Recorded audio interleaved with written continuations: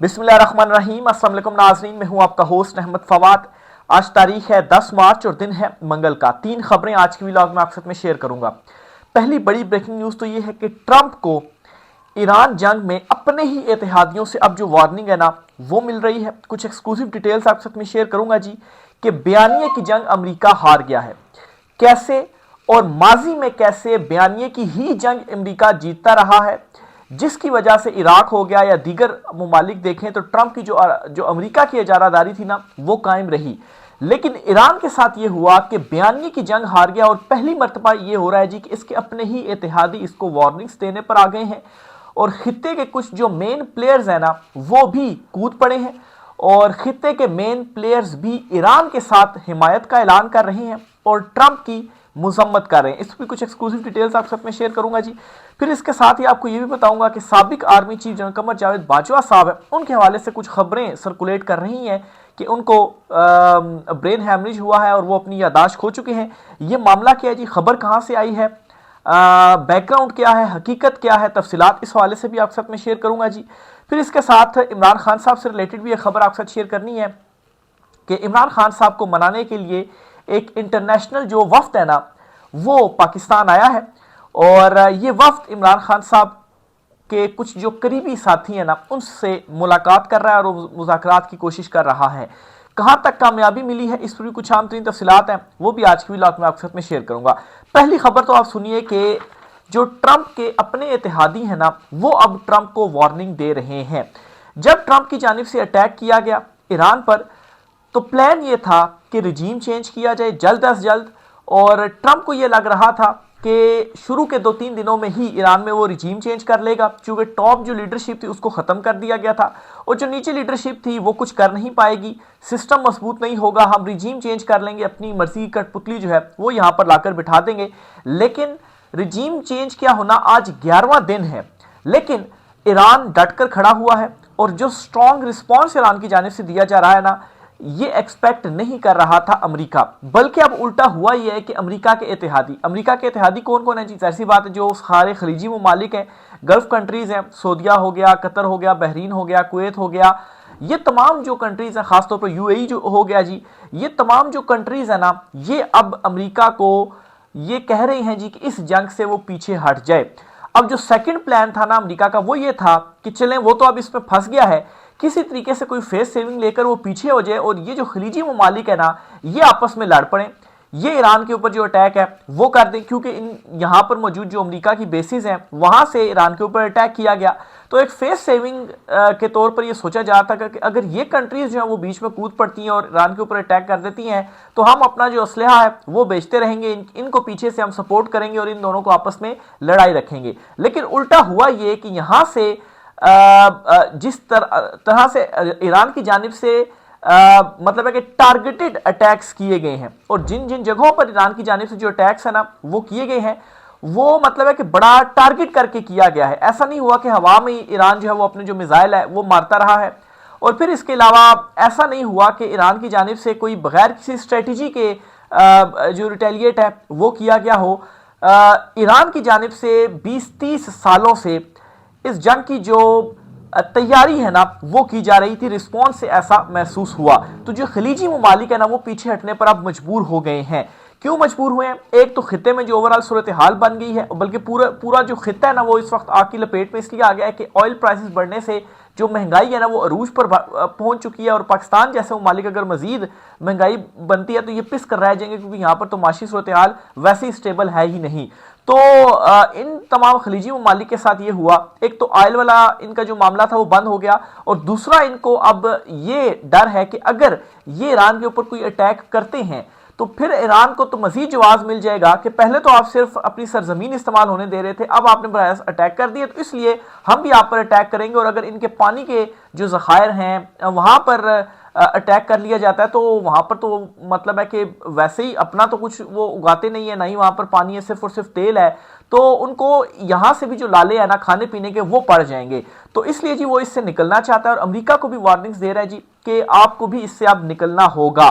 फिर ना सिर्फ ये इत्तेहादी, ये खलीजी ममालिक की मैं बात कर रहा हूँ, सिर्फ खलीजी ममालिक नहीं बल्कि जो यूरोपियंस हैं जो बरतानिया है वो भी इसमें नहीं कूद रहा। इससे पहले खबर आई थी जी कि एक बरतानिया जो है उसने ये स्टेटमेंट दी जी कि नहीं हम इस वॉर में नहीं पड़ते, और फिर जी जो फ्रांस है या स्पेन है उन्होंने अपनी बेसिस जो है वो नहीं यूज़ करने दी ट्रंप को कि वो वहाँ से अटैक करे। फिर इसी तरह से नॉर्वे, स्पेन, स्वीडन और इटली, इन चारों कंट्रीज की जानिब से क्या हुआ है कि ईरान पर हमले की मजम्मत कर ली गई है।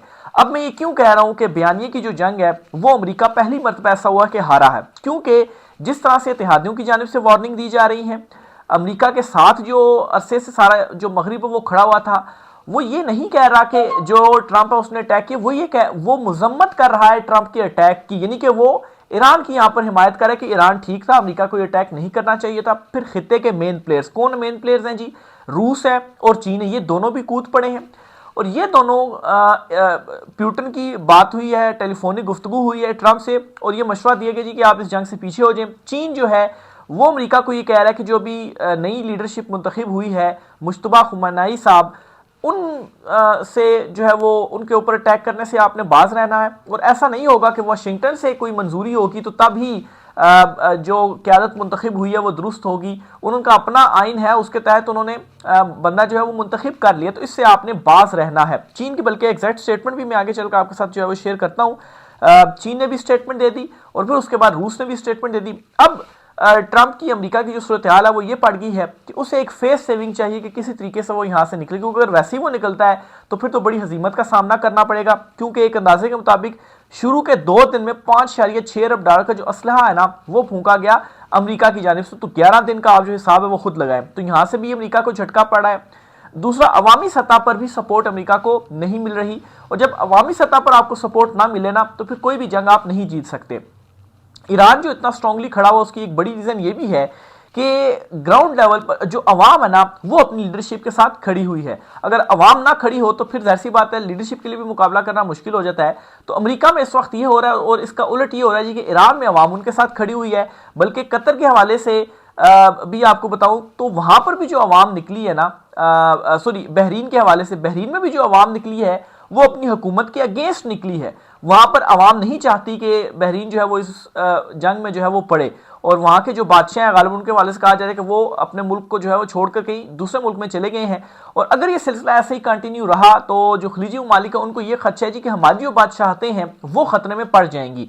तो इसलिए जी अब, और यहाँ पर चाइना ने बड़ा खामोशी से रहते हुए बड़ा इंपॉर्टेंट प्लेयर का रोल इस तरह से प्ले किया है जी कि मगरिब जो है वो यूक्रेन मामले में जो कुछ ट्रंप का स्टैंडिंग थी उसकी, वहीं से ही मगरिब जो है वो चीन की तरफ शिफ्ट होना शुरू हुआ। वहां पर जो है वो जा रहे हैं, वज़ीर आज़म मुलाकातें भी कर रहे हैं, और रूस की तरफ भी ताल्लुकात जो है वो बढ़ा रहे हैं। फिर अब जो खलीजी कंट्रीज हैं वो भी अगर इस तरफ शिफ्ट होते तो ट्रंप जो है वो मुकम्मल तौर पर अमेरिका को वो तनहा कर देगा खित्ते के अंदर।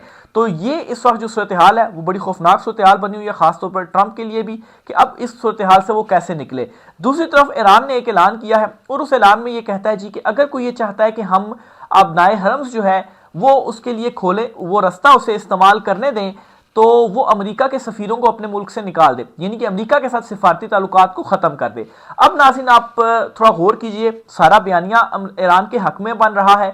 अमेरिका को हर जगह से हजीमत का सामना करना पड़ा है। अब जब वो यहाँ से निकलना भी चाह रहा है, कोई फेस सेविंग ढूंढ रहा है, तो अब ईरान ने ये ऐलान कर दिया जी, यानी कि सफारती ताल्लुकात खत्म करें। अब जिन कंट्रीज को जैसे पता ऑयल चाहिए, अब उन्होंने सर्वाइव करना है, तो अगर वो अमेरिका सफारती ताल्लुकात खत्म करते हैं, अपने सफीरों को अमेरिका के यहाँ से वापस भेजते हैं, तो इसका मतलब क्या होगा कि जो सैंक्शंस अमेरिका ईरान के ऊपर लगाता रहा है, और ईरान में वो रिजीम चेंज करने का सोच रहा था, या ईरान को उसने जिस तरह से दबा कर रखा या पूरी दुनिया से कट ऑफ करके रखा, तो वही सिलसिला अमेरिका के साथ शुरू होने जा रहा है अगर ईरान इसमें कामयाब हो जाता है। तब ये जो बात है वो कर रहा हूं। बाकी जो है वो चीन की जानिब से सालसी का जो रोल है वो भी प्ले किया जा रहा है। देखें इस पर मजीद क्या जो डेवलपमेंट्स हैं वो होती हैं, लेकिन अब तक की जो सारी सूरत हाल है वो खास तौर पर ट्रंप के लिए बहुत ही ज्यादा मायूस कुन है, और बिलाशुबा ईरान का बहुत नुकसान किया है अमेरिका ने। ऐसा नहीं है कि अमेरिका की जानिब से नुकसान नहीं किया गया, अच्छा खासा नुकसान किया गया है। लेकिन मैं फिर से कहूंगा कि इस चीज़ में तो कोई दो राय नहीं थी कि अमेरिका जो है वो ईरान के ऊपर अटैक करेगा, उसका बहुत सारा नुकसान करेगा, और एक बड़ी पावर है America as compare to Iran. लेकिन जिस तरह से ईरान ने रिस्पॉन्स जो है वो किया है ना, वो एक्सपेक्ट नहीं किया जा रहा था। तो यहां से जो बड़ी मायूसी है ना, वो ट्रंप को हुई जी कि मिसकैलकुलेशन की गई है ईरान के मामले पर। अगली खबर जी पाकिस्तान के हवाले से आपसे शेयर करता चलूं जी। खबर ये है कि साबिक आर्मी चीफ जनरल बाजवा साहब जो हैं, उनके हवाले से कुछ इतलात आ रही हैं कि उनको चूंकि पिछले दिनों हॉस्पिटल शिफ्ट किया गया था और वजह यह बनी थी कि वो बाथरूम में स्लिप हो गए थे और उनके सर पर जो चोट है ना वो आई थी और काफ़ी वो ज़ाहिर सीरियस कंडीशन में थे, उनका ट्रीटमेंट चल रहा था। और आप यहां से अंदाजा लगाएं कि अभी भी अगर वो हॉस्पिटल में है तो इसका मतलब ये है कि उनकी जो कंडीशन है वो काफ़ी ज़्यादा सीरियस है, क्योंकि इस अभी तक उनका जो ट्रीटमेंट है वो चलना। तो इस पर अब ये बताया जा रहा है जी कि उनको शायद ब्रेन हैमरेज जो है वो हुआ है, जिसकी वजह से वो अपनी जो यादाश्त है वो खो चुके हैं। इवन कि अपनी जो उनकी फैमिली है, उनके फैमिली मेंबर्स जो हैं उनको भी वो पहचान नहीं पा रहे। तो उनके हवाले से की जो बड़ी डेवलपमेंट है, जो बड़ी अपडेट है, बड़ी जो इतला है वो सामने आई है। ये भी आपको बताता चलूं कि अभी तक उनकी फैमिली की जानिब से कोई जो स्टेटमेंट है या ऑफिशियली कोई जो स्टेटमेंट है वो तो नहीं दी गई, लेकिन ये जो इतला है वो सामने आई है। साफ़ी असदुल्ला खान साहब जो हैं सीनियर जर्नलिस्ट हैं जी, उनकी जानिब से ये जो खबर है वो दी गई है। आखिर में जी इमरान खान साहब के हवाले से भी आपको खबर में देता चलूँ जी, और ख़बर ये है कि तीसरी मरतबा इमरान खान साहब से डील करने की जो कोशिश है ना वो की जा रही है, और एक इंटरनेशनल वफ्द ओवरसीज पाकिस्तानियों का वो आया है और वो इमरान खान साहब के करीबी साथियों से जो मुलाकात है ना वो कर रहा है। और कोशिश ये की जा रही है कि किसी तरह से इमरान खान साहब के साथ जो मामलात हैं वो तय किए जाएं। और इस बात की भी तस्दीक हो गई है कि इससे पहले 2 मरतबा इमरान खान साहब से डील की जो कोशिश है वो की गई, लेकिन इमरान खान साहब की जानिब से जो है वो एब्सोल्युटली नॉट कहा गया, और एक मरतबा फिर से तीसरी मरतबा इमरान खान साहब से डील की जो कोशिश है वो की जा रही है। पहले तो इमरान खान साहब ने ओवरसीज पाकिस्तानियों को लिफ्ट नहीं करवाई, लेकिन जब वो तहरीरी डील लेकर आए तो खान साहब गुस्से में इनको पड़ गए, यानी कि उनके ऊपर गुस्सा किया, और इमरान खान साहब ने कहा यह नामुमकिन है। नवाज शरीफ तहरीरी डील में मुकर गए थे, सऊदी शहजादे के पास जो सबूत थे उस पर मान गए थे। इमरान खान साहब किसी सूरत एस्टेब्लिशमेंट के साथ जो डील है वो नहीं करेंगे। इमरान खान को जेल में 2.5 साल हो चुके हैं, उन्होंने साबित कर दिया है कि अपने उनके असूल हैं, ना तो वो नवाज शरीफ है और ना ही वो आसिफ जरदारी हैं और ना ही वो बनेंगे। तो इमरान खान साहब पहले भी 2 मरतबा, यानी कि पहले वर्बली एक डील लेकर गए इमरान खान साहब के पास, फिर तहरीरी तौर पर डील लेकर गए साइन करने, और अब एक मरतबा फिर से कोशिश है इमरान खान साहब से डील के लिए, लेकिन इमरान खान साहब की जानिब से एब्सोल्युटली नॉट है। अब डील की कोशिश क्यों हो रही है? ज़ाहिर सी बात है, ज़रूरत होती है तो तभी डील की कोशिश होती है। ऐसा तो नहीं है जी कि आप ये कहें जी कि हमने इमरान खान को जो है वो तो अंदर कर दिया है, पूरी क़यादत पार्टी जो है वो ख़त्म कर दी है, तो इमरान खान तो अब सीफर हो गया है, इमरान खान के ऊपर तो रेड लाइन लगी है। तो बात यह है कि अगर ये सब कुछ कर दिया गया है तो फिर आखिर क्यों इमरान खान साहब से डील लेने की ज़रूरत है? तो डील की ज़रूरत इसीलिए है कि ये सब कुछ करने के बावजूद भी जो मतलूबा नताइज थे वो हासिल नहीं हो सके, और उसकी रीज़न ये है कि इमरान खान साहब जो डट गए हैं उनके साथ अवाम भी खड़ी हो गई है। ठीक है, लोग उतनी बड़ी तादाद में नहीं निकल रहे, शुरू में निकले थे, लेकिन लोगों को डरा धमका कर गिरफ्तारियां करके जो भी 26 नवंबर बहुत सारे जो मामलात वगैरह हुए, पार्टी की आदत जो थी वो बेवफा निकली, वो उस तरह से नहीं रिएक्ट कर रहे। लेकिन इमरान खान जो है उसके साथ अवाम खड़ी हुई है। आप 8 फरवरी को देख लें, वोट भी आपको नहीं दिया गया। इमरान खान इवन के आज़ाद हैसियत में उनके जो अरकान थे माफ कीजिएगा, उन्होंने इलेक्शन लड़ा, किसी को क्या निशान मिला, किसी को क्या निशान मिला, उसके बावजूद भी उन्होंने इमरान खान साहब के नाम पर जो वोट था वो दिया। तो मतलब ये हुआ कि जो पब्लिक सपोर्ट है ना वो आपके पास नहीं आ रही, और इस वक्त सूरत हाल ये है कि पब्लिक सपोर्ट की जरूरत है। आलमी तौर पर जिस तरह से चीज़ें बदल रही हैं, मुल्क में जो महंगाई का तूफान आ रहा है, ऑयल की जो प्राइसेस हैं बढ़ती जा रही हैं, तो चीज़ें आपके हाथ से निकल चुकी हैं। और सच यही है जी कि आप नाअहल साबित हुए हैं और आपसे माइशत जो है वो भी कंट्रोल नहीं हुई। तो अब करें तो करें क्या? अब आलमी सतह पर भी वो सपोर्ट नहीं रही, ट्रंप को अपने लाले जो है वो पड़े हुए हैं, फिर इसके साथ ग्राउंड लेवल के ऊपर देखा जाए तो अवाम भी साथ नहीं है। तो अब करें तो करें क्या? कैसे सिस्टम को आगे लेकर चला जाए? तो सिस्टम अब सस्टेन नहीं कर सकता, सिस्टम आगे किस तरह से जाएगा?